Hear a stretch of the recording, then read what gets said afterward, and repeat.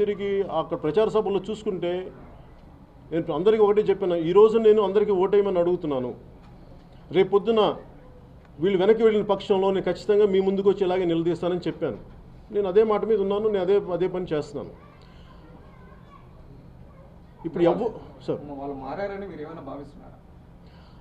వాళ్ళు మారారా లేదా అనేది నాది వాళ్ళ యాక్షన్స్ ద్వారానే తెలియాలి సార్. మరి వాళ్ళ యాక్షన్స్ ఏమో మేము వాళ్ళ స్పెషల్ కేటగిరీ స్టేటస్ ఇస్తామని చెప్పారు. మరి వాళ్ళే అంత చాలా ఏమంటే చాలా బలంగా వాదించారు ఇది కావాలని. ఇప్పుడు మాకు కూడా ఎలా తెలుస్తుంది స్పెషల్ కేటగిరీ స్టేటస్కి మించింది ఇంకొకటి లేదు అని చెప్పి ఆ రోజు మీరు బలంగా అందరూ కొన్ని సంవత్సరాలు వాదించబట్టే కదా మేము ఈరోజు ప్రజలందరూ అనుకున్నారు. మీరు ముందే మీరు స్పెషల్ ప్యాకేజ్ ఒకటి ఉంటే సరిపోద్ది అని చెప్పినప్పుడు అసలు ఇంత దూరం రాదు కదా.